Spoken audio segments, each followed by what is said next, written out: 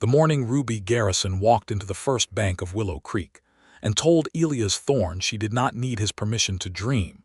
The wind outside was already carrying the smell of a dry summer, and nobody in that little Kansas town yet knew how much would change before the wheat came in.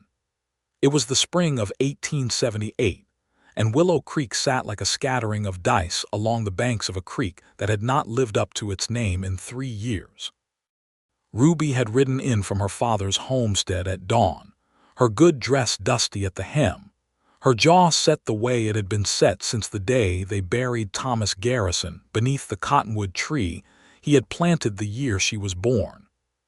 She was 26 years old, unmarried, and according to most of the town, entirely too stubborn for her own good. "Mr. Thorne," she said, standing in front of his mahogany desk with her hat still on her head because she had not been asked to sit, "I am not here to sell the land. I am here to borrow against it." Elias Thorne was a narrow man with narrow spectacles who kept his office as cold and tidy as a ledger. He looked at her the way he might look at a farmer trying to borrow money for a rain-making machine. "Miss Garrison," he said, folding his hands, "your father owed this bank $400 when he died. May he rest easy. You have paid down perhaps 60 of it. Now you come to me wanting another 800 to buy breeding stock and dig a well so that you might raise horses, alone, on land that has not seen decent rain since the Hayes boy was in short pants. I am not asking you to believe in the rain, Mr. Thorne. I am asking you to believe in horses. I believe in horses just fine. I do not believe a woman with one hired hand and a 15-year-old brother can breed and break enough stock to matter to anyone, let alone to the United States Army."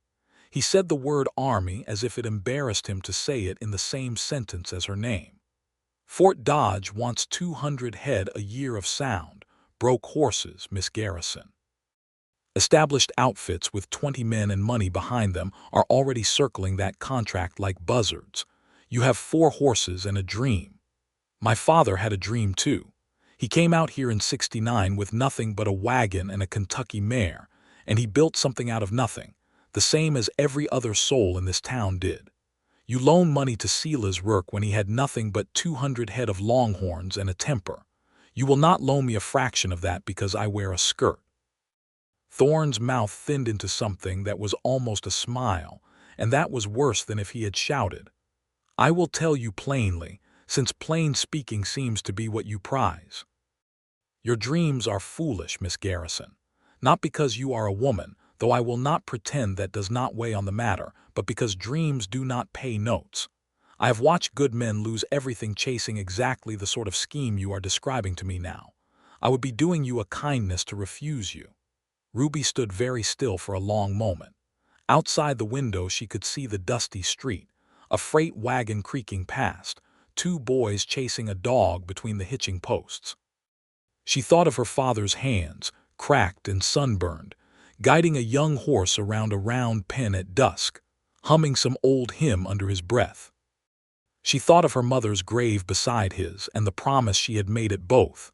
"You called my dreams foolish," she said, low and even, "and you will remember saying that, Mr. Thorne, on the day I bring 200 sound horses through this town, and every one of them wearing the Garrison brand." She settled her hat more firmly on her head. "Good day to you." She walked out of that bank with her spine straight and her hands shaking, and she did not let a single tear fall until she was 3 miles out of town, alone on the wagon seat, the prairie stretching gold and empty in every direction.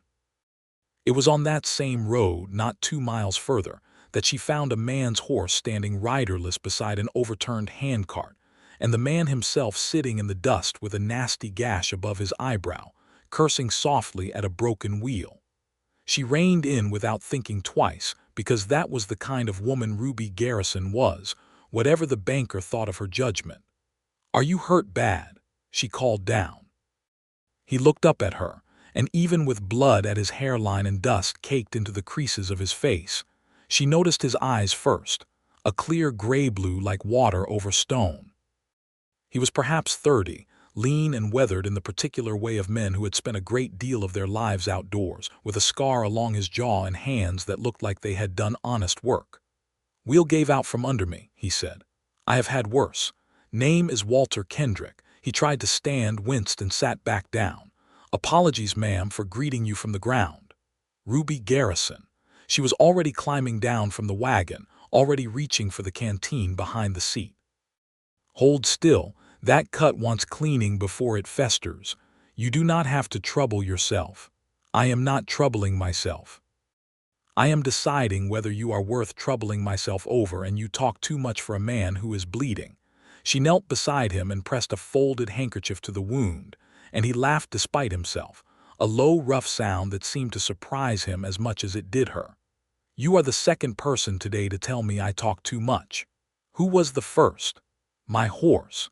She has strong opinions and no patience for conversation." He nodded toward a rangy bay mare standing a little apart, watching them both with pricked ears. "Name is Josephine. Found her running loose near the Cimarron 2 summers back, half wild, and we have been arguing ever since." Ruby glanced at the mare, taking in the clean lines of her legs, the intelligent set of her head. "You broke her yourself?" "I did." "Then you know horses." "I have made my living at it, one way and another, since I was younger than is decent to admit." Ruby sat back on her heels, studying him with the same appraising eye she gave a horse she was thinking of buying. There was something steady in him, something that did not flinch under her gaze the way most men did when she looked at them too long and too directly. "Mr. Kendrick," she said, "I am building a horse ranch on my father's land west of here, and I am short exactly one man who knows what he is doing. I cannot pay you much, not yet, but I can pay you something, and I can promise you honest work and a share in whatever we build if you are willing to gamble on it." He studied her back, just as frankly, and something in his tired face eased into curiosity. "You are offering a job to a stranger bleeding in the middle of the road." "I am offering a job to a man who broke a wild mustang out of nothing but patience and good sense. That is not the same thing as a stranger."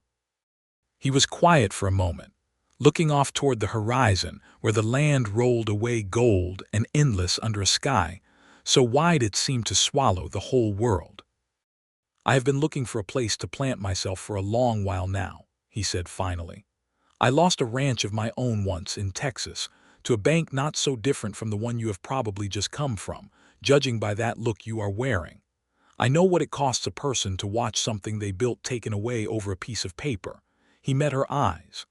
"I would be glad of the work, Miss Garrison, and gladder still of the chance to see somebody win, for once, against men like that." "Then we understand each other," she said, and held out her hand, and he shook it, and neither of them could have guessed, in that dusty moment on the empty road, how much that handshake was going to mean before the year was through. They fixed the wheel together, working in a companionable silence broken only by practical talk, and by the time Walter Kendrick had tied Josephine's lead behind Ruby's wagon and climbed up onto the seat beside her, something had already shifted in the air between them, something neither was ready yet to name. The Garrison homestead sat in a shallow bowl of land with a sod house at its heart, low and thick-walled against the prairie winters, and a barn that Thomas Garrison had built plank by plank with his own hands. Behind it stretched pasture enough for 100 horses, though at present it held only 4. The old Kentucky mare called Duchess, 2 young geldings, and a spirited yearling filly that Ruby had named Comet for the white blaze down her nose. Waiting on the porch when they arrived was a lanky boy of 15 with the same steady gray eyes as Ruby, though his hair was a shade lighter, tousled from running his hands through it in worry. "You were gone half the day," he said, coming down the steps 2 at a time. "I was fixing to come looking." "I am fine, Daniel. I found us some help instead of trouble for once." She made the introductions, and Daniel Garrison shook Walter's hand with the careful seriousness of a boy trying hard to seem older than he was. "You any good with horses, mister?" "Fair to middling," Walter said, with the ghost of a smile. "Your sister tells me you are the one who has been keeping this place standing, while she argues with bankers." Daniel flushed with pleasure at that, and Ruby felt something warm move through her chest at the easy way. This stranger had already found the boy's measure and treated him kindly. It was not a small thing, she thought, to be kind to a boy who had lost his father and was trying so hard not to show how frightened he still was most nights. That evening, over a supper of beans and cornbread eaten at the rough plank table inside the sod house, Ruby told Walter Kendrick the whole of it. How her father had come west from Ohio with her mother in 1869, how her mother had died of a fever when Ruby was 12, how her father had raised her, and Daniel alone out here on the edge of nowhere, teaching Ruby everything he knew about horses because he had no son old enough yet to teach, and no intention of letting a daughter grow up ignorant of the thing he loved best. He used to say a horse never lied to you, Ruby said, staring into the low fire in the hearth. He said a horse would tell you exactly what kind of person you were if you were patient enough to listen. I think that is why he loved them so. People lied to him plenty in his life. Horses never did. Sounds like a man I would have liked, Walter said quietly. He would have liked you, Ruby said, and then seemed surprised at herself for saying it and looked quickly down at her plate. Walter did not press the moment, only said, gently, "Tell me about this contract you mean to win. The one that has the banker so worried." And so she told him about Fort Dodge, about the quartermaster there who bought 200 sound remounts a year for the cavalry, about the reputation such a contract could build for a ranch, about the money it would mean, enough to clear her father's debt 3 times over and still have seed money left to grow. She told him how Silas Rourke, who ran the biggest cattle operation in 3 counties, had lately taken an interest in horse breeding too, and meant to bid on that same contract, and how Elias Thorne at the bank had all but promised Rourke his backing. "Rourke does not need the money," she said. "He wants it because I want it. He has hated my father since before I was born, over some quarrel about water rights nobody but the 2 of them ever understood, and now he means to finish what he started by starving me out. Then we will just have to make sure he does not," Walter said, and something in the plain certainty of his voice settled a knot in Ruby's chest that had been tight since she walked out of that bank that morning. The weeks that followed were the hardest, and though Ruby would not have admitted it aloud for a long while yet, the happiest of her life. She and Walter Kendrick rose before dawn each day, working the horses in the cool of the morning before the Kansas sun turned merciless. He taught her things her father had never had the chance to teach her, tricks of gentling a nervous horse learned from an old vaquero he had ridden with in his younger years, ways of reading a horse's ears, and the set of its tail that told you what was coming before it came. She taught him things, too, about record-keeping and bloodlines, about which mare's temperament crossed well with which stallion's conformation, knowledge her father had drilled into her across a decade of quiet evenings. Daniel worked alongside them both, mucking stalls and hauling water, and slowly, under Walter's patient instruction, learning to sit a green horse without flinching. In the evenings, worn through with honest labor, the 3 of them would sit on the porch and watch the sun go down in long bands of orange and violet, and more than once Ruby caught Walter watching her instead of the sunset, and felt her own pulse quicken in a way that had nothing to do with horses at all. But 4 horses, however well trained, would never fill a contract for 200, and the well needed digging before the summer heat came in full, and there was precious little money for either. It was Walter who suggested the mustangs. "There is a band running wild in the breaks along the Arkansas," he said one evening, tracing a rough map in the dirt with a stick. "I have seen them myself. 20 head or more, good stock gone wild, probably strayed off some rancher's land in the hard winter 3 years back. If we could catch even half of them, gentle them right, that is horses enough to make a real start toward your contract, and it would not cost you $1 beyond rope and patience." "Mustangs can be more trouble than they are worth," Ruby said, though her eyes had already lit with the idea. "Half wild and twice as stubborn. So was Josephine, and she has turned into the best cow horse I ever sat." He looked at her, steady and certain. "I know how to do this, Ruby. I have done it before. Give me a week, and Daniel's strong back, and I will bring you horses." She studied him in the lamplight, this quiet, capable man who had walked into her life bleeding on the side of a road and had not once, in all the weeks since, told her that her dreams were foolish. "Then let us go and catch some mustangs," she said, and the grin that broke across his face was answer enough to how much that decision pleased him. The roundup took the better part of 10 days, out along the sandy breaks where the Arkansas River cut its shallow, wandering course through the plains. They camped rough under the stars, Ruby sleeping in a bedroll not 10 feet from Walter's, close enough that she could hear him talking softly to the horses in his sleep, some old habit from years of nights just like this one. Daniel proved fearless if not always graceful, and more than once his enthusiasm nearly cost them a horse they had spent half a day chasing into a box canyon. It was on the 6th night, with 11 mustangs already roped and hobbled a little way off, exhausted from the day's work and easy in each other's company in a way that had crept up on them both without either quite noticing when it began, that Walter finally told Ruby about Texas. "I had a ranch," he said, staring into the campfire. "Small thing, nothing grand, but it was mine and my brother's after our father passed. We had built it up from almost nothing, same as your father did here. Then the drought came in '74, and the bank that had loaned us the money for breeding stock called the note early, said the collateral was not what they had believed it to be, some fine print my brother had not read close enough." He paused, jaw tight. "We lost everything in a single season. My brother took it hard. He went east, tried his hand at other things, wrote to me for a while and then stopped writing at all. I have not heard from him in 3 years now. I do not even know if he is living. I am sorry, Walter." Ruby's voice was soft.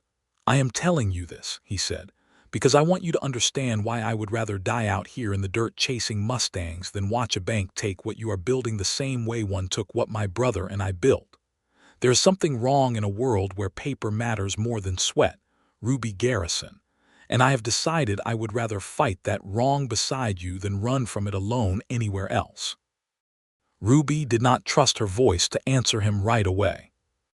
The fire crackled between them, throwing warm light across his face, and above them the whole vast dark sky was scattered with more stars than she had words for. "I was so angry when I left that bank," she said at last. "I was angry and I was frightened, though I would not have admitted that to Elias Thorne if you had paid me. I did not know, walking down that road, that I was about to find the one thing that would make the fright bearable." She looked at him. "I am glad it was you, Walter. I am glad your wheel broke on that road, and not somewhere else, some other day, with some other person passing by." "So am I," he said low, and reached across the small space between their bedrolls and took her hand, and she let him, and they sat like that a long while, saying nothing more, needing nothing more said. They brought 14 mustangs back to the Garrison ranch, along with 2 more horses Walter had traded a day's labor for at a homestead along the river, and the work of gentling them began in earnest. It was slow, careful work, and Ruby found in it a satisfaction deeper than almost anything she had known, watching a wild-eyed, distrustful animal gradually learn to stand quiet under her hand, to trust the weight of a saddle, to look to her for guidance instead of flight. Walter worked alongside her every day, and more than once their hands brushed reaching for the same rope, or their eyes met across the round pen in a moment of shared triumph when some particularly stubborn horse finally yielded, and each time it happened Ruby felt the ground under her certainties shift a little further. It was Mrs. Abigail Hayes, who ran the boarding house in town and had known Ruby's mother back before either Ruby or Daniel were born, who said the plain thing out loud first. "That Kendrick fellow looks at you the way your father used to look at your mother," Abigail said, one afternoon when Ruby had come into town for supplies. They stood together on the boarding house porch, watching the dusty street below, like the sun rose up out of you personally each morning. "He works for me, Abigail, nothing more." Abigail's eyebrow rose in a way that made Ruby's cheeks warm. "And when he is not working for you, does he look at you that way too?" Ruby did not answer, because she did not trust herself to, and Abigail only laughed and patted her hand and let the matter rest for the time being. It was not long after that the trouble with Sila's work began in earnest. He came to the ranch himself one hot afternoon in early June, riding a fine black gelding, dressed in a coat too fine for the heat, the kind of man who wanted you to notice his prosperity before he had said a single word. Ruby met him in the yard, wiping her hands on her apron, aware of Walter straightening from his work in the corral, watching. "Miss Garrison." Rourke did not dismount, which she understood as a calculated insult, a way of looking down on her literally as well as figuratively. "I hear you have been chasing mustangs out on my range." "The breaks along the river are not your range, Mr. Rourke, whatever you might wish. And I have caught nothing that was not running wild and unclaimed." A generous interpretation. He smiled thinly. "I will come to my point, since you seem a woman who prefers plain speaking. I intend to bid for the Fort Dodge remount contract this autumn. I intend to win it. I would advise you to abandon whatever notion you have of competing and sell me this land instead at a fair price, before you lose more than a summer's work chasing a dream that was never meant for you." "That is a kind offer, Mr. Rourke, wrapped up in an unkind opinion. I will decline both halves of it." Something hardened in his face then, some ugliness he had been keeping carefully hidden beneath his fine coat and his fine manners. "Your father made the same mistake, refusing to see sense when it was offered to him plainly. I would hate to see his daughter repeat his errors and lose everything for her stubbornness, the same as he nearly did before he had the good fortune to die owing me nothing directly." Walter had come to stand beside Ruby by then, close enough that his shoulder nearly touched hers, and something in his stillness carried more warning than any shout could have. "I think you have said what you came to say, Mr. Rourke," Walter said, quiet and even. "Miss Garrison has given you her answer. I would suggest you take it and ride on." Rourke's gaze slid over to Walter, assessing, faintly contemptuous. "And who exactly are you to be speaking for the lady's land?" "I am the man who will be standing right here beside her, whatever comes," Walter said, and there was something in the flat certainty of it that made even Rourke's confidence flicker just slightly before he mastered it again. "We will see," Rourke said, and wheeled his fine black gelding and rode off without another word, and Ruby stood watching the dust of his going settle back down over the yard, feeling cold despite the June heat. "He means to make trouble," she said. "Let him try," Walter said. "You have got 14 mustangs half broke and coming along faster than I have seen in years, and a boy who is turning into a fine hand, and horse sense enough to fill 3 of that man's head. We will win this fair, Ruby, and it will taste all the sweeter for the winning."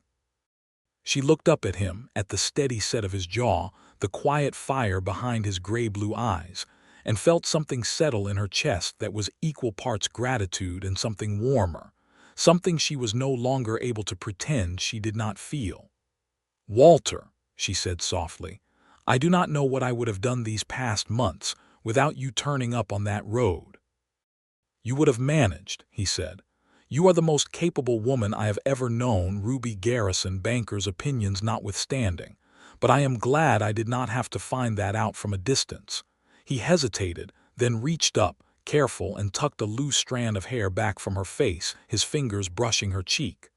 "I am glad I get to be here, watching you prove him wrong." She did not pull away from his touch.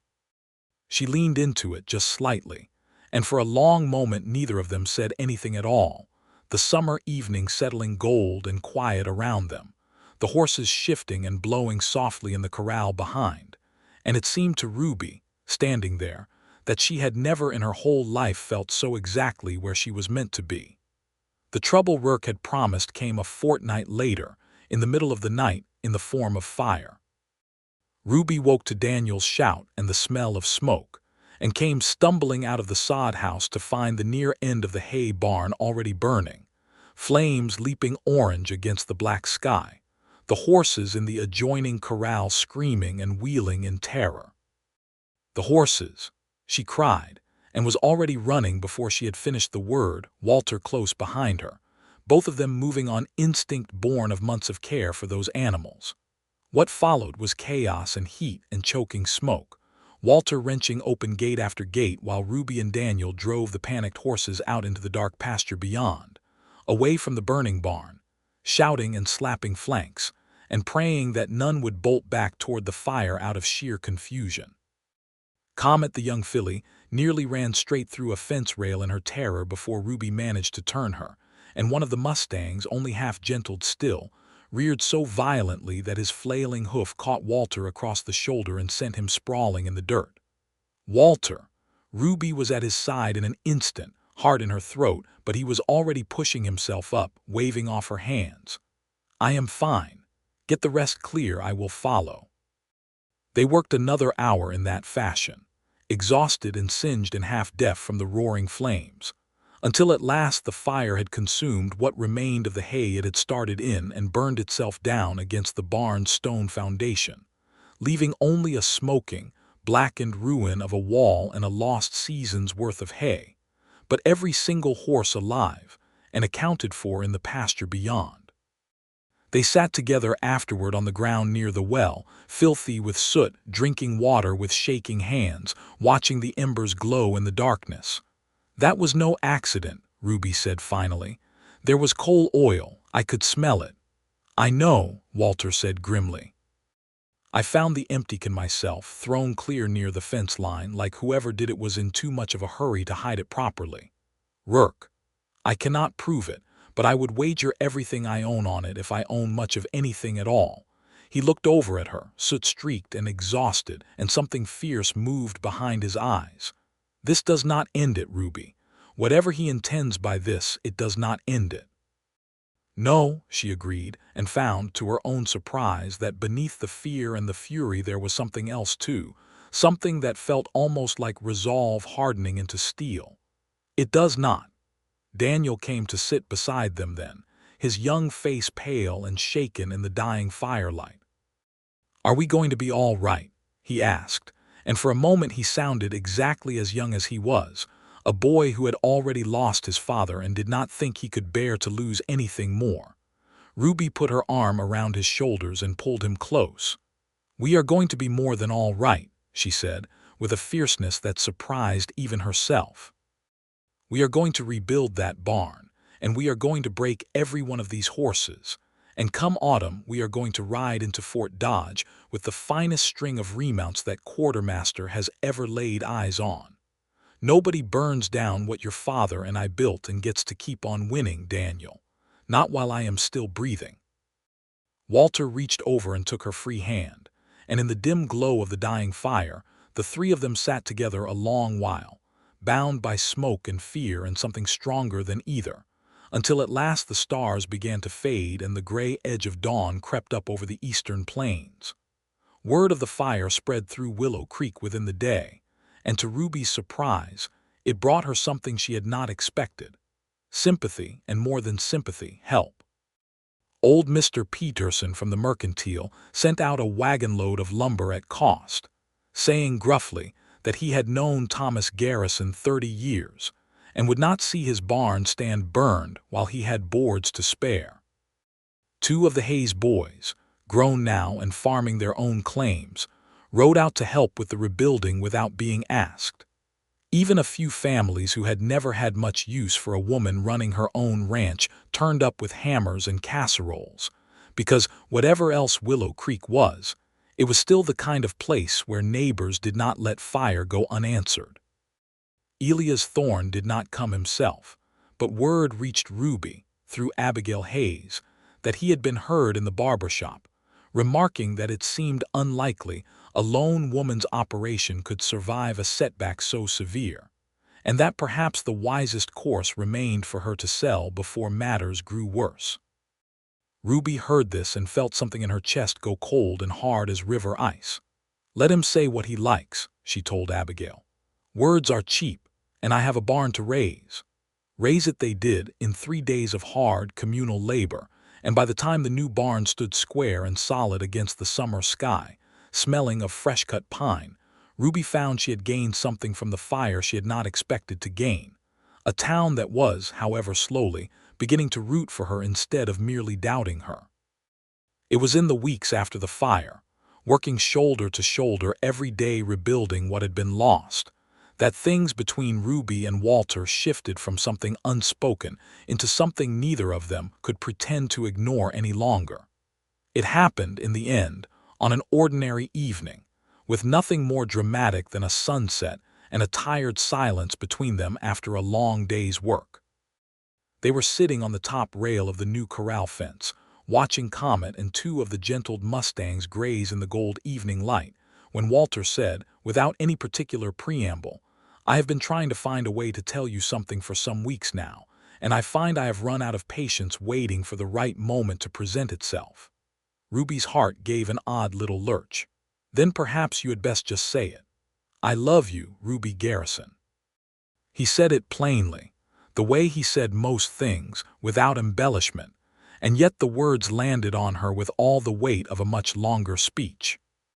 "I have loved you, I think, since somewhere around the third night we sat by a campfire chasing mustangs, and you told me you would rather die trying than watch a bank take what your father built.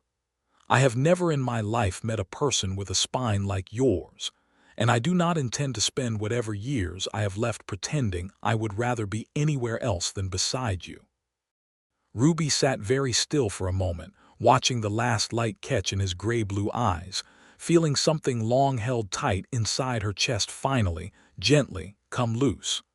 "I have loved you for a while too," she admitted. "I think I knew it the night you told me about your brother, about the ranch you lost. I have spent so long being the strong one, Walter, the one who could not afford to lean on anybody, and then you turned up on that road, and somehow you made room for me to be strong and still lean on you at the very same time. I did not know that was a thing a person could offer another person until you offered it to me."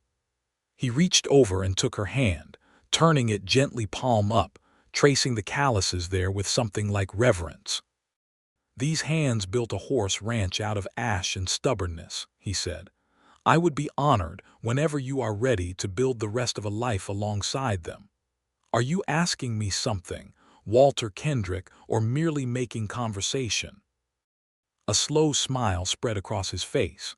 "I suppose I am asking, though I had meant to work up to it with rather more ceremony than a fence rail and a tired horse or two for witnesses." "I find I do not much care for ceremony," Ruby said, and leaned across the small space between them and kissed him, soft and sure, sealing the answer before either of them had said the actual words aloud. When they finally drew apart, both a little breathless, both a little amazed, she added, "Yes, Walter. My answer is yes. Though I think we had best wait until after the contract is settled to marry, because I do not intend to walk into Fort Dodge this autumn as anything other than Ruby Garrison, horse breeder, standing entirely on her own 2 feet. "Then, Ruby Garrison, horse breeder, you shall walk in," Walter said, "and I will be standing right beside you the whole while, exactly as promised." And he kissed her again, there in the gold and fading light, while the horses grazed on unconcerned, and somewhere off in the house Daniel was banging pots together, making supper and humming, off-key and happy, some tune he had heard once at a barn dance and never quite forgotten. Summer wore on into a hard, dry August, and the work of preparing for the Fort Dodge trials consumed nearly every waking hour.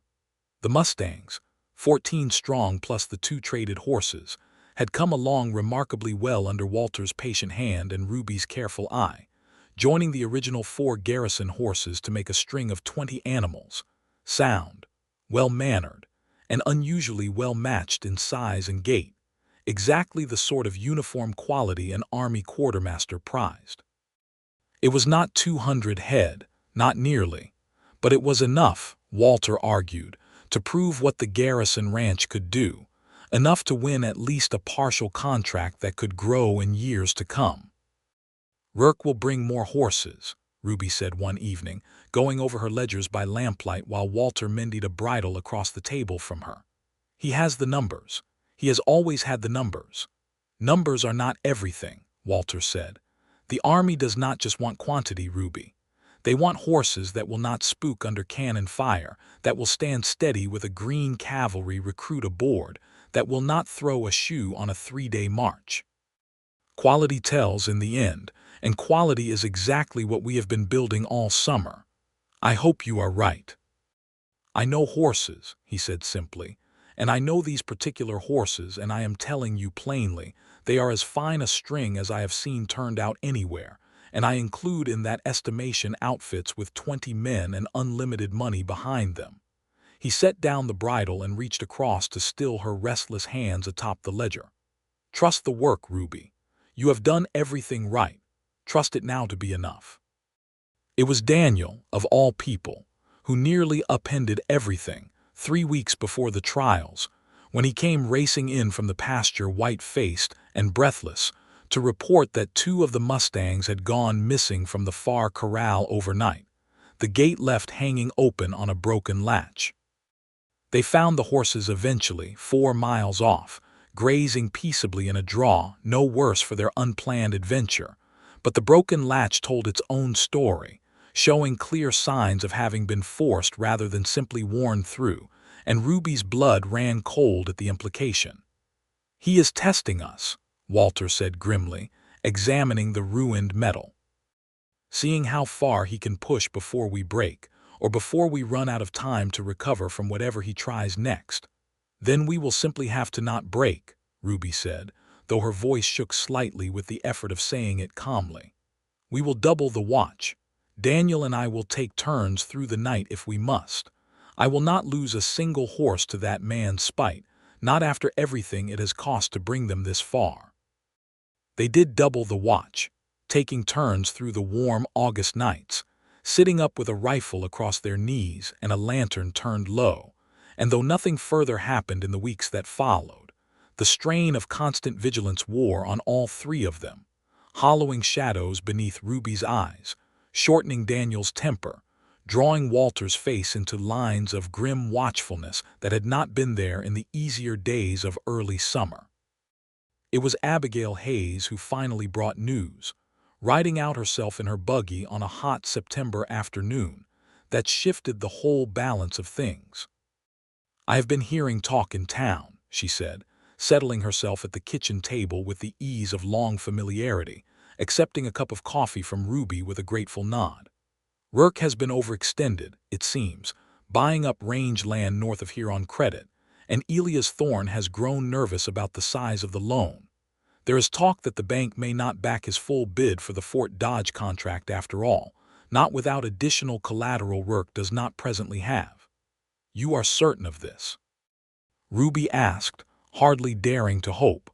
"Certain as anyone in this town can be certain of bank business, which is to say I heard it from Mrs.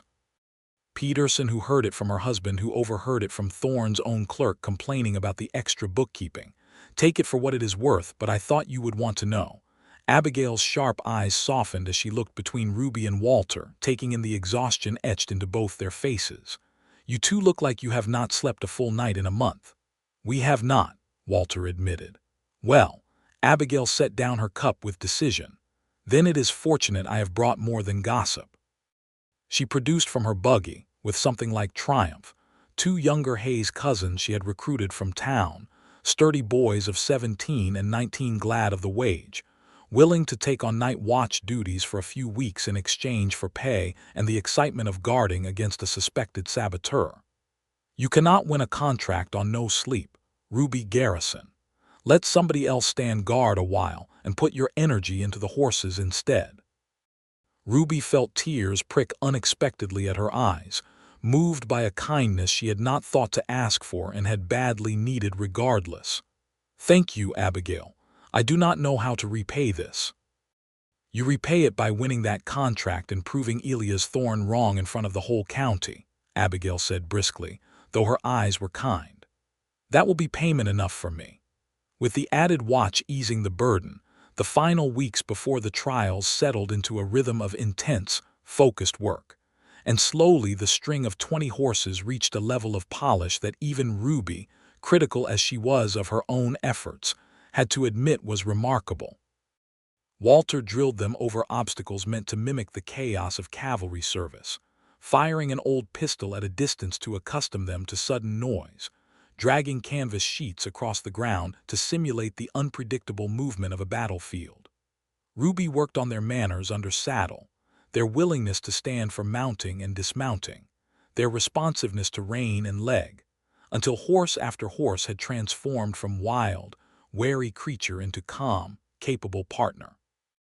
The night before they were to leave for Fort Dodge, Ruby could not sleep and found herself standing at the corral fence under a sky glittering with more stars than she had ever managed to count, watching the horses doze standing, shifting weight from leg to leg in the cool night air.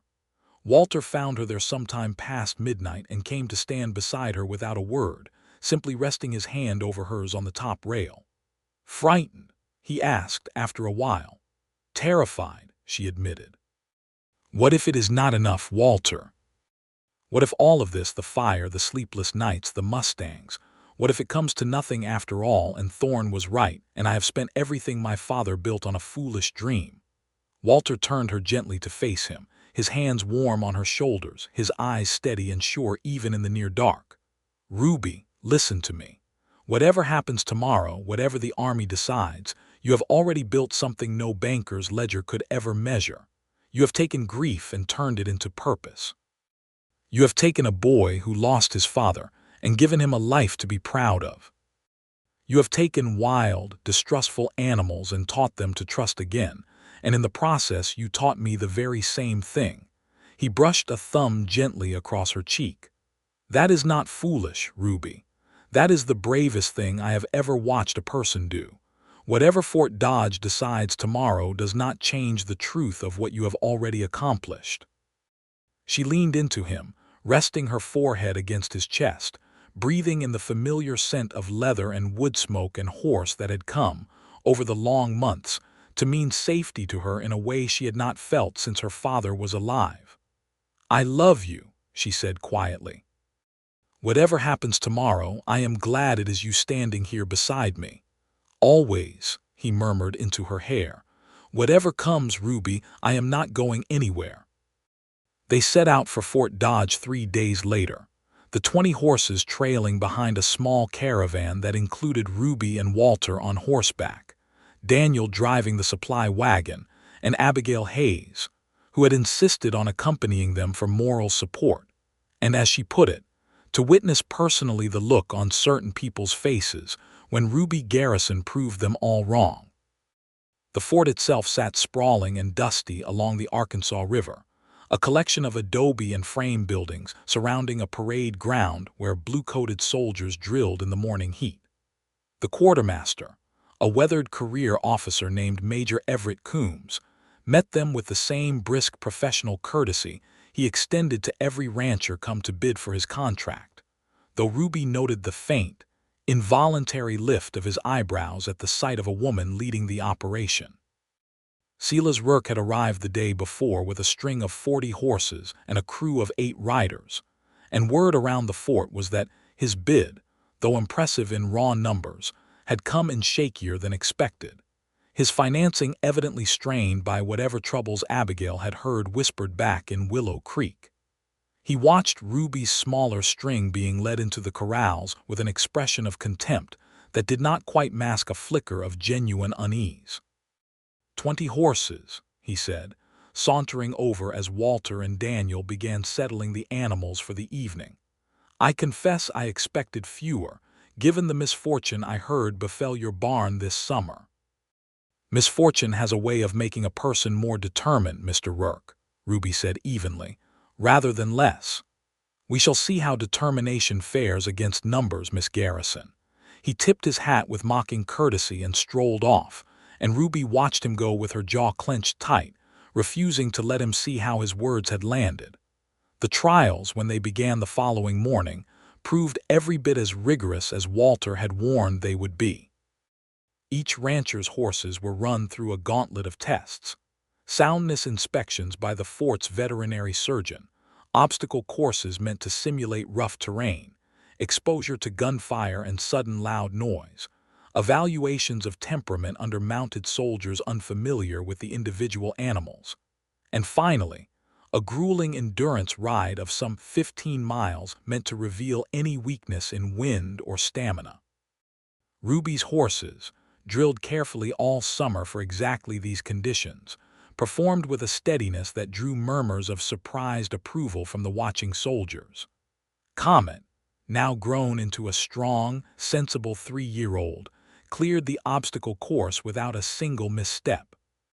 The mustangs, once wild and wary, stood rock-steady through volleys of blank pistol fire that sent several of Rourke's less thoroughly trained horses bolting in panic across the parade ground, requiring an embarrassing half-hour to recapture. It was during the endurance ride, however, that the real crisis came. They were perhaps 8 miles into the course, riding across rough, broken prairie in the punishing midday heat, when Ruby noticed Walter's mount, a solid gray Mustang gelding named Ranger, begin favoring his left foreleg, ever so slightly at first, then with growing, unmistakable lameness. "Pull up," she called, and they halted, Walter swinging down immediately to examine the horse's hoof. His face, when he looked up, was grim. "Stone bruise or worse. He cannot finish, Ruby, not without real risk of permanent injury." Ruby felt her stomach drop. The rules of the trial required a full completion by every horse entered. A withdrawal mid-course would count against their entire string's evaluation, exactly the kind of stumble that could cost them the contract against Rourke's larger, if less polished, offering. "There is a supply trail that cuts back to the fort from here," Walter said, already thinking through the problem with the same steady focus he brought to everything. "I can lead Ranger back on foot, slow and easy, save him from further damage. You take the rest of the string on through to the finish. 19 horses completing clean is still a strong showing, Ruby, stronger than nothing.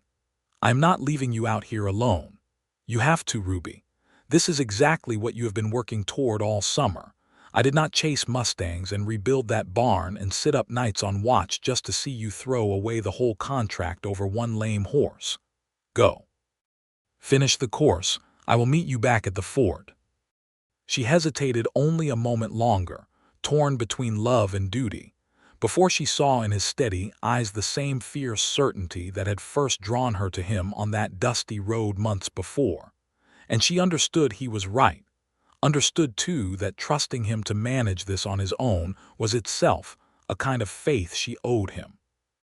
"I love you," she said simply, and turned her horse and rode on, leading the remaining 19 animals through the rest of the grueling course with a grim, focused determination that left even Major Coombs's veteran cavalry escort impressed by the finish. Walter led the limping Ranger back to the fort alone, on foot, across 4 miles of rough prairie in the brutal afternoon heat, and it was full evening before he finally appeared at the fort's outer gate, exhausted, sun-scorched, but with the horse walking soundly enough now that the fort's veterinary surgeon, examining the hoof, pronounced it a bruise only, nothing that rest and a poultice would not mend within a week. Ruby met him at the gate, having paced there anxiously for the better part of 2 hours, and when she saw him coming, dust-covered and weary but upright and whole, she ran to him without any thought for propriety and threw her arms around his neck. "You could have ridden double on Daniel's wagon horse. You did not have to walk the whole way. I was not about to leave that horse to struggle along without help, not after everything we put into gentling him." Walter's arms came around her, tired but sure. "How did the rest of the course go? 19 horses, clean finish, every one of them sound and steady at the end." She pulled back to look at him, searching his face. "Walter, I think we did it.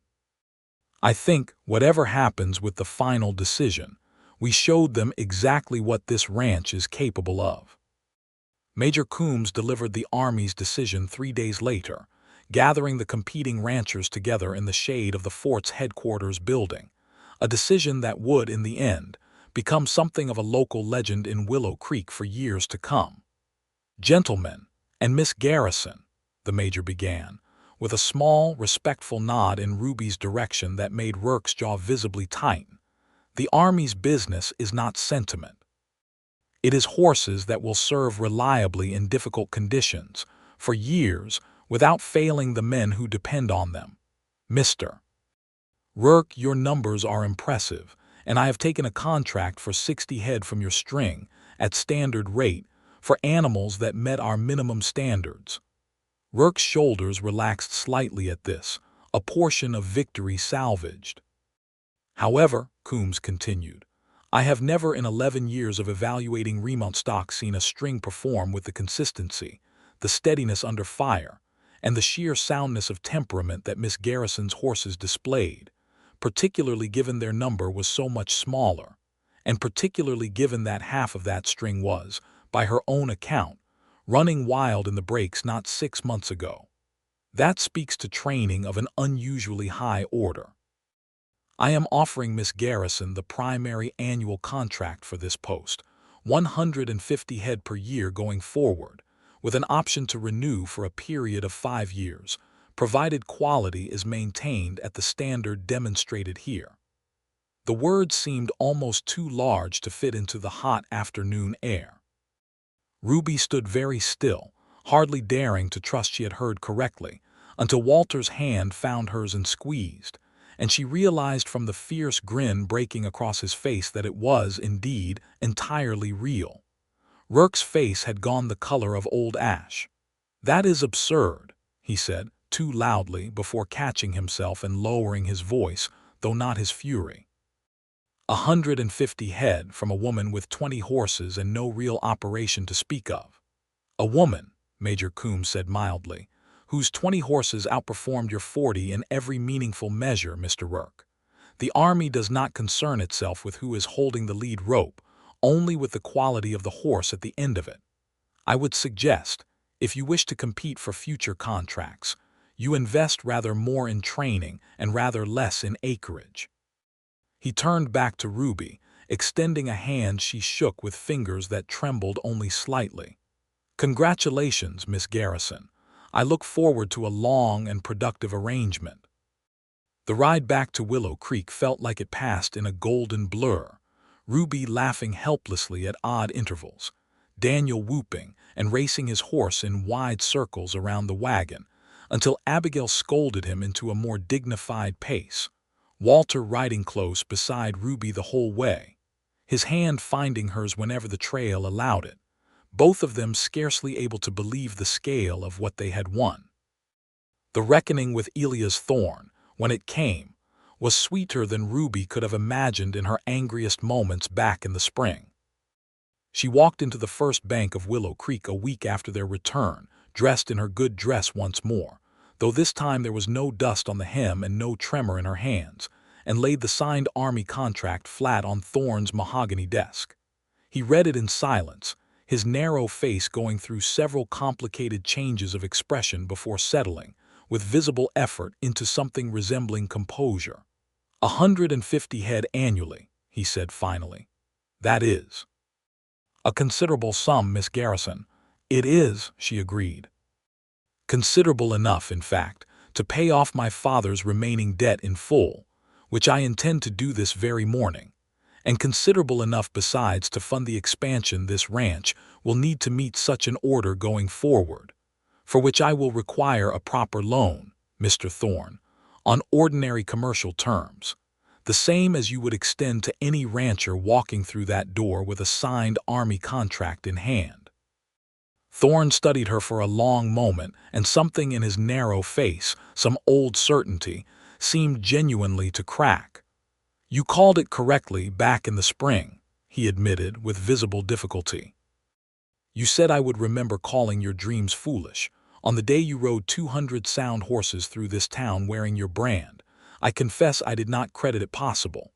It is only 20 horses so far, and a contract for 150 more to raise, Ruby said, though she could not keep the note of triumph entirely from her voice. But I have every confidence the 200 will come in time. I do not doubt it any longer, Miss Garrison. Thorne extended his hand, an unfamiliar gesture from him, and after a moment's hesitation, Ruby shook it. You will have your loan, on ordinary terms, as you say. I would be a poor banker indeed to turn away business from the most reliable horse operation in the county.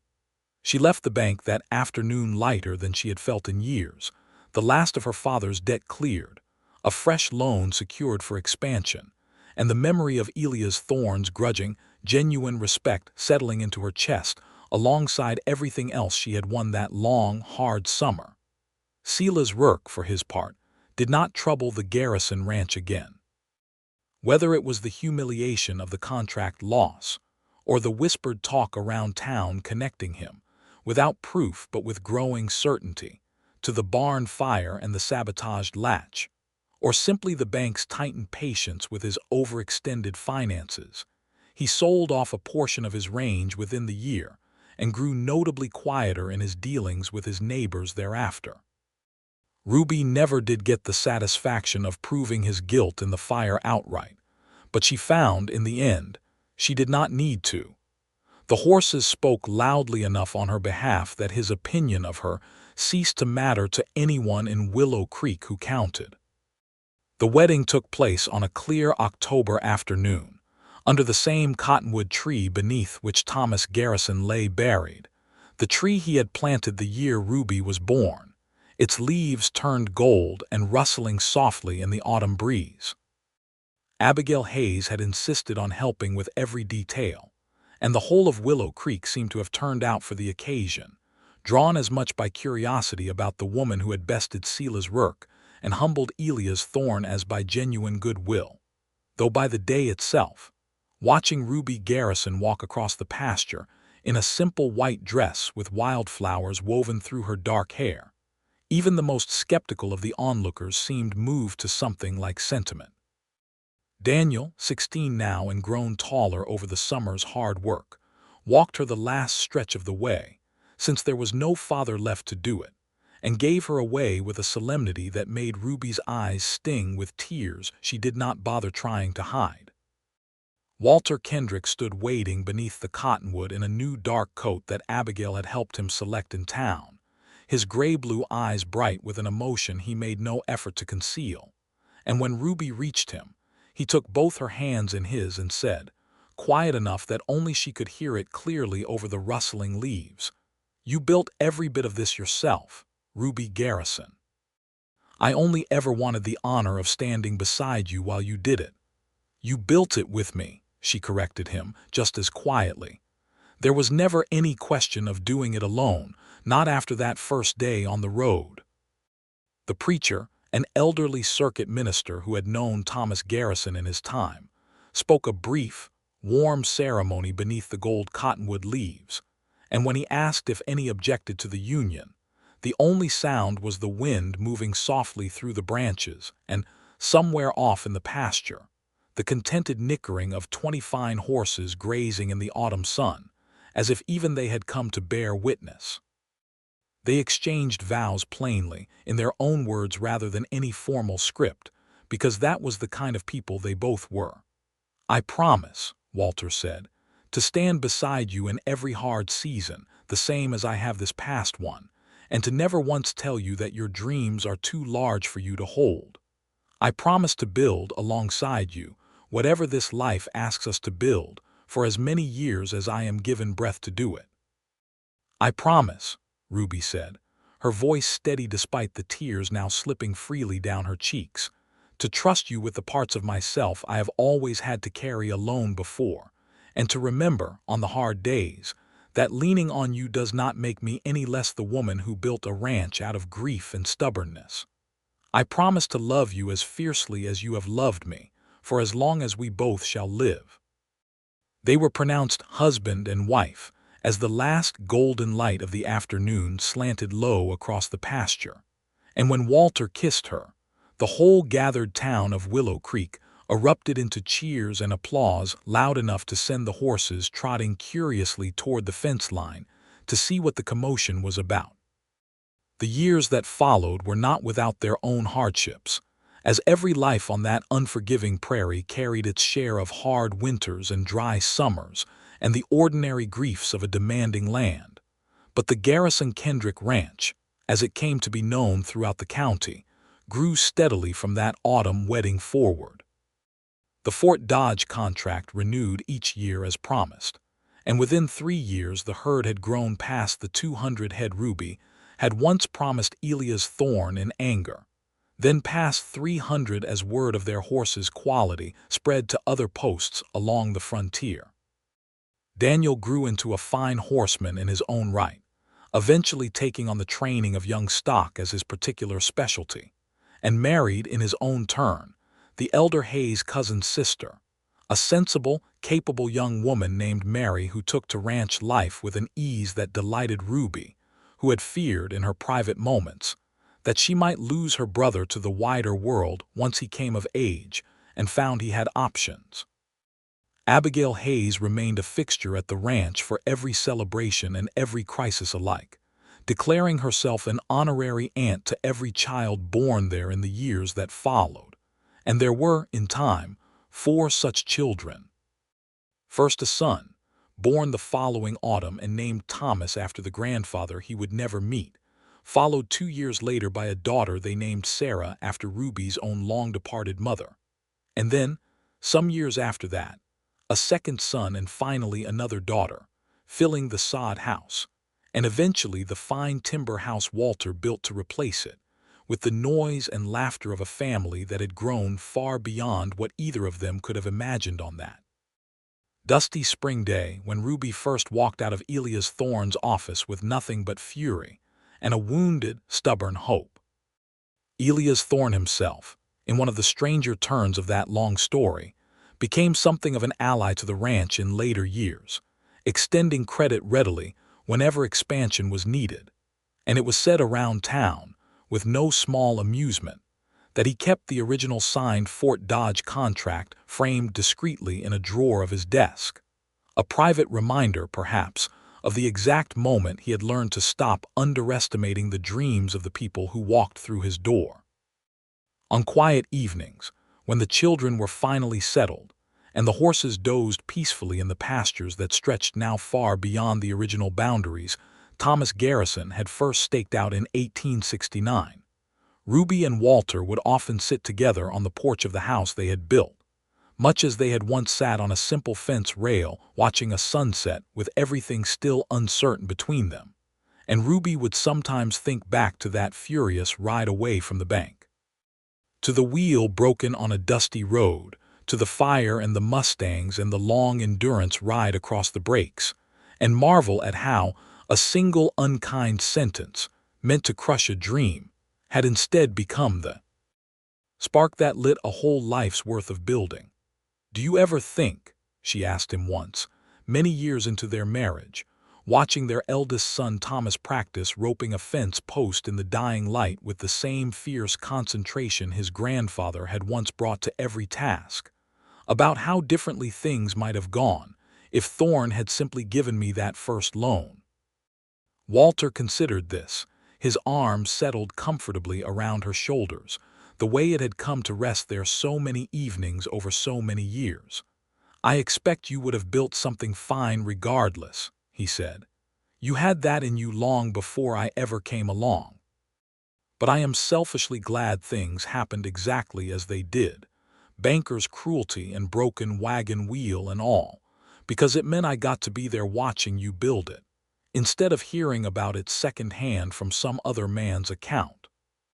"I am glad, too," Ruby said, resting her head against his shoulder, watching the last light fade gold and soft over the pastures full of fine, sound horses bearing the Garrison brand, watching her children and the life she had built rising up around her, sturdy and real and entirely her own. "You called my dreams foolish, Mr. Thorne," she murmured, half to herself, remembering that long-ago afternoon with something now closer to gratitude than anger. "And I built them anyway, and I would not trade a single hard mile of the building for an easier road that never led me here, to this porch, to this life, to this man beside me." Walter turned and kissed her temple, gentle and sure, the same steady certainty he had carried with him since that very first day on the dusty road, and out in the pasture the horses moved together in the gathering dusk, safe and sound and thriving, exactly as she had always dreamed they would be.